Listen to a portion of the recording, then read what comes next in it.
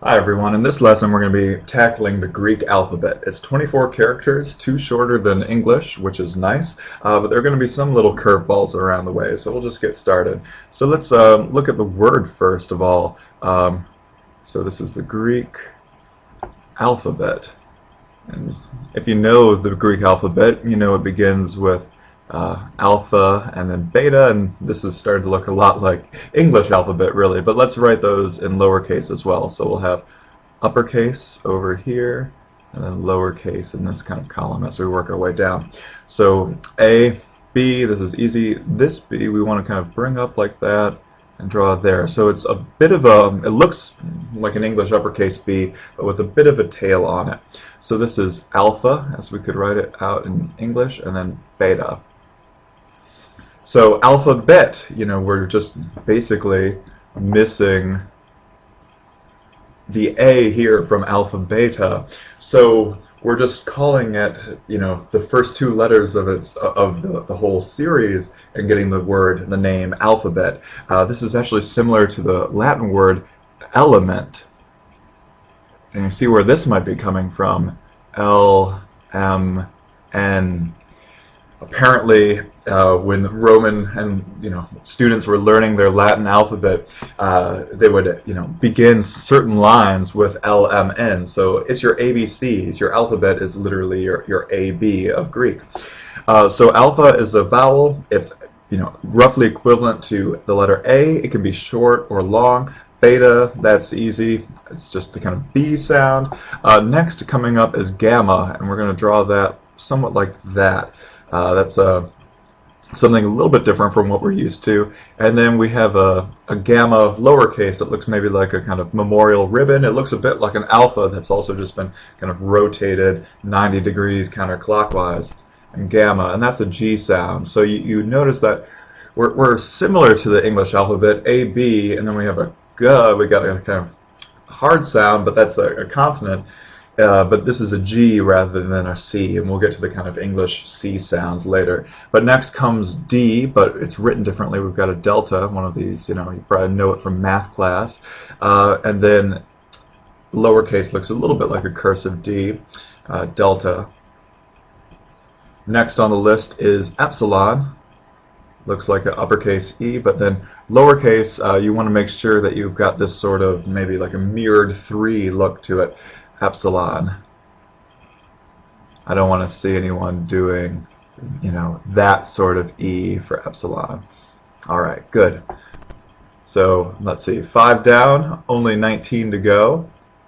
We'll move faster now, I promise. All right, next is Zeta, which looks like a Z on top, and then something like that for the lowercase.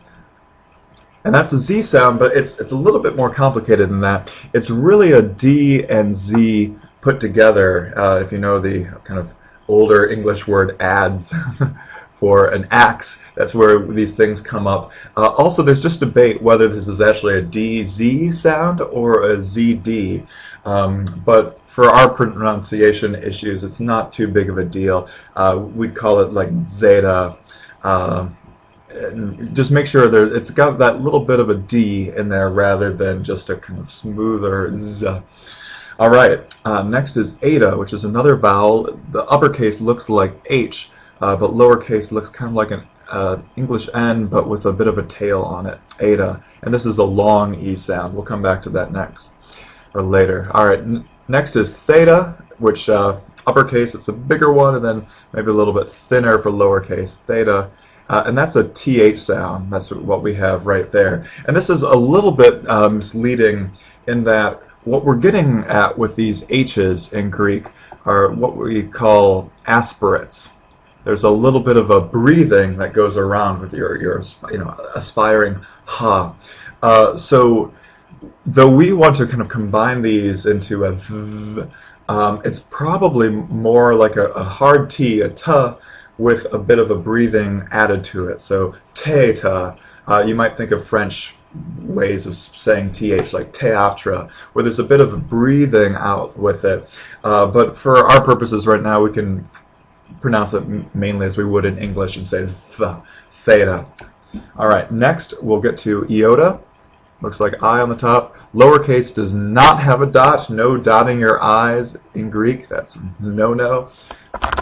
Yoda, and that's a vowel, but just like English, I or Y, sometimes this can become a little bit consonantal, but we'll get to that later.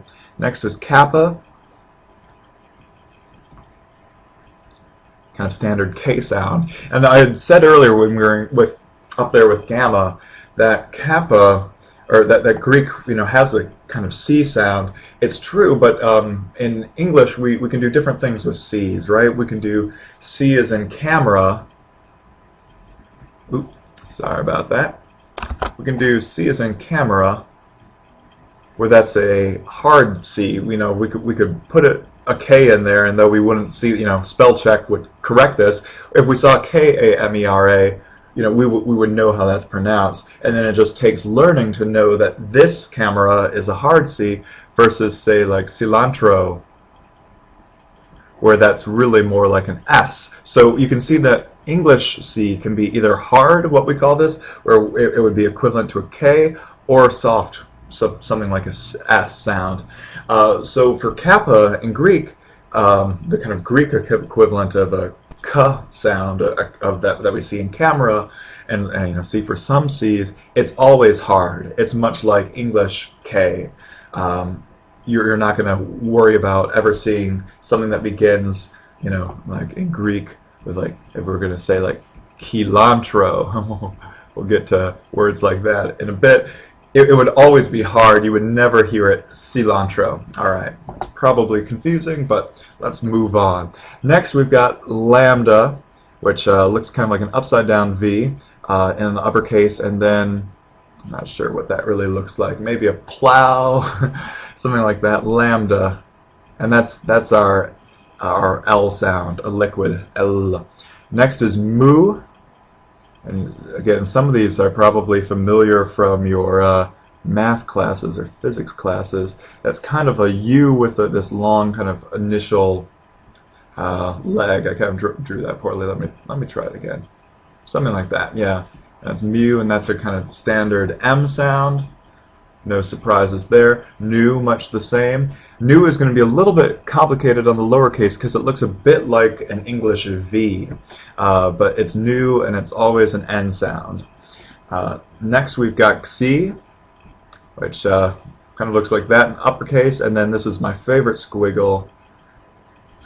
It's my favorite, but I over squiggled it. There we go. Something like that. And this is our kind of X sound, which you might know from English even, that X is really a kind of K followed by S combination. And that's how it's going to be functioning in Greek as well. Sometimes you'll have a K, add a sigma, or have a kappa, add a sigma, which we'll get to later, get this KS sound, and then that will create a Xi. All right. Next is Omicron, which just looks like O, and this is a short O. We'll get to vowel quantities soon, but just know that that's short versus long. Those are our two options. Next is pi, everyone's favorite, 3.1415, all of that. Looks much the same in uppercase and lowercase, and that's our standard P sound. Next is sigma. Again, maybe familiar from calculus. And sigma is a little bit tricky on lowercase. We're actually going to get two options depending on where the sigma falls in the word. So if the word has a sigma either at the beginning or in the middle, it'll look like this. But if it's a sigma at the end of the word, a lot of people will print a kind of S that hangs a little bit below the kind of baseline of the text. So let me look at the Greek word hypothesis. So hypothesis. So here we have, if we wanted to transliterate this, get to why we'd add that H before the Y, but here we go. We've got the skills to do this now, or mostly. So, well, I gave it away. In English too, we've got two S sounds, but when this S is in the middle of the word, or if this word were to begin with a sigma, it looks like this, where this end of word sigma looks more like the S's that we're familiar with. Okay, so we got those two options there. Next, elemento PQRS. So you see we've lost a P. Well, I just gave it away. I forgot rho. So rho looks like our English P, so don't get confused there. And then it looks somewhat like a P, a little bit more curvaceous P. But again, this is rho. And rho is like lambda, what we like to call a liquid. These are consonants that could be pronounced on their own. If you're thinking about P, T, K, any of these kind of plosives, as they're called, they're put to K.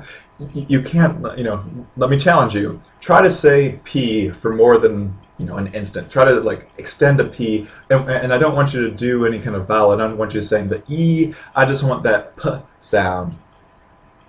And you can't do it. You can only make an instantaneous P, and then it's over. Otherwise, you're just going to be sputtering, right?